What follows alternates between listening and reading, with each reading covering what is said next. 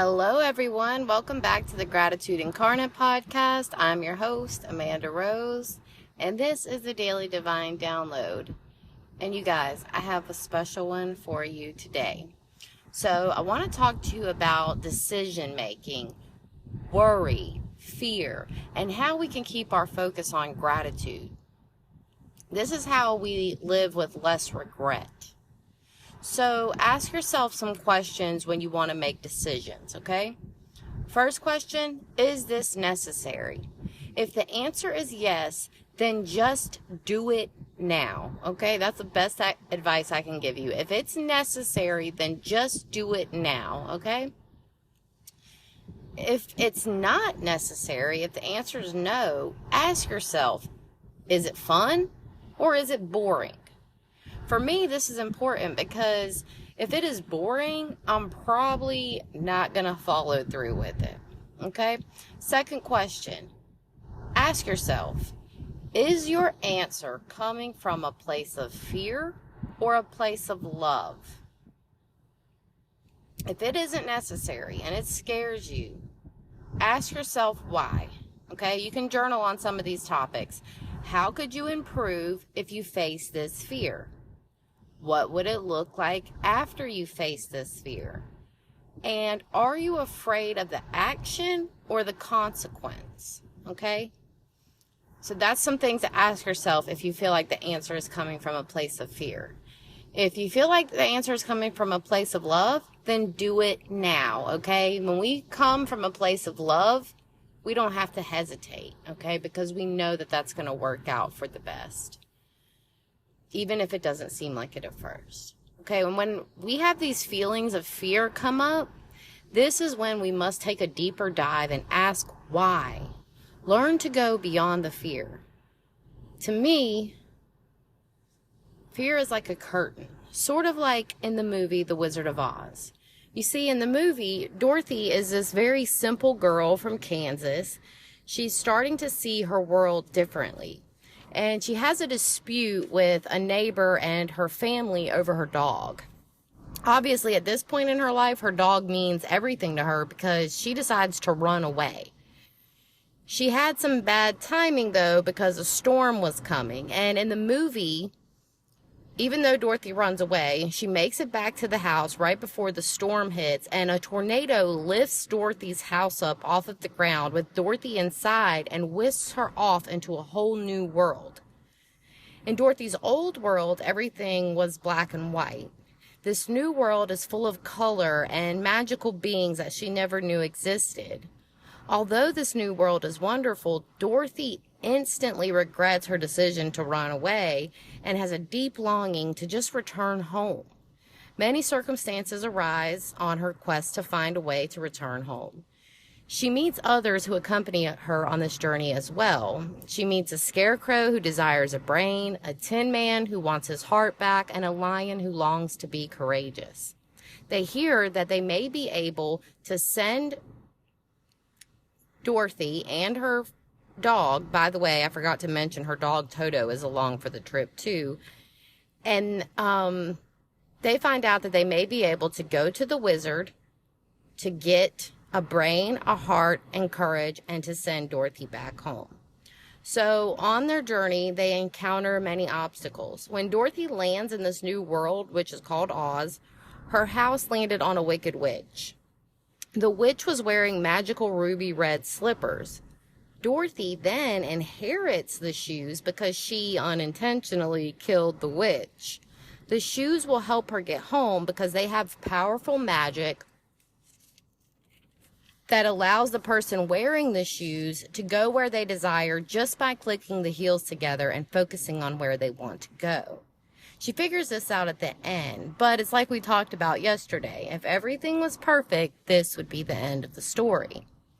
The thing is, these shoes are a big deal because of how powerful they are, and the Wicked Witch's sister gets news of her death and wants those slippers. So on their journey to the Emerald City where the wizard lives, many obstacles arise, with the witch pursuing them the whole time. They finally make it to the Emerald City to talk to the wizard. When they meet the wizard is this giant holographic head that basically ends up saying that he can't help them. Well, Dorothy's been through a lot and she's not really having it. At this point, she is just fed up and ready to go home. And in the room where the wizard is, there's this curtain off to the side. And Dorothy notices something's not quite right. The wizard tells her not to look behind the curtain, but Dorothy rips it open, revealing the wizard is just a man behind the curtain with equipment that allows him to create this giant holographic head. This is a great metaphor for our fear. We have these deep desires, all of us do, and we can go on these journeys to get what we desire. Along the way, there will be obstacles and maybe even a wicked witch out to get you. Then maybe we see the answer, the steps to receiving our desires. But sometimes we let the big giant head or our ego talk us out of taking those steps. But much like the movie, we have to realize what's truly behind the curtain. The curtain is our fear, and behind the fear is your shadow self. All those things you've repressed, your shadow self knows the deep answers you need to acquire what you desire. You see, the wizard behind the curtain tells Dorothy and her friends that they had what they needed the whole time. They are able to get what they wanted. The scarecrow gets his brain in the form of an honorary degree. The Tin Man receives a heart-shaped pocket watch. The lion receives a medal of courage, and Dorothy is able to focus on home, and with a few clicks, she can use the shoes and she's on her way. They all had what they needed, but when they released the fear, they received these gifts from the wizard, symbols to show them they had it all along.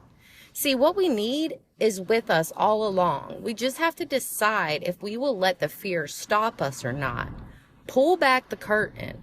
What if this fear was the only thing keeping you from what you want? What if your desire was on the other side of that curtain? Fear is essentially worrying about something that hasn't happened. Well, here's some great news. If fear is worrying, I know a great way to stop that if you want to. You can stop that with gratitude. Research shows that worry and thanksgiving cannot coexist in the brain at the same time. So if we give thanks, we can release the worry, the fear, and take a leap towards our desires. You see, Dorothy realizes how much gratitude she has for her home and her loved ones, and she uses that gratitude to push through every obstacle and overcome the fear. She rips open the curtain because that is the last thing standing in the way of her desire to go home, to express her gratitude and love. I want you to ask yourself these questions if you find it difficult to make a decision. You get to decide when you're ready. But I promise you, your desire is right behind that curtain. Take a deep breath, give thanks for everything, and pull the curtain back. Okay, excuse me. I do want to give you a little disclaimer here. In the last few years and learning more about my shadow self, I've learned that it is really important to do a lot of self-care and work to ground yourself before and after doing this type of shadow work on yourself. Meditate, journal, breath work, or spend time in nature. These are great ways to ground yourself. This will help you process these feelings in a healthy way.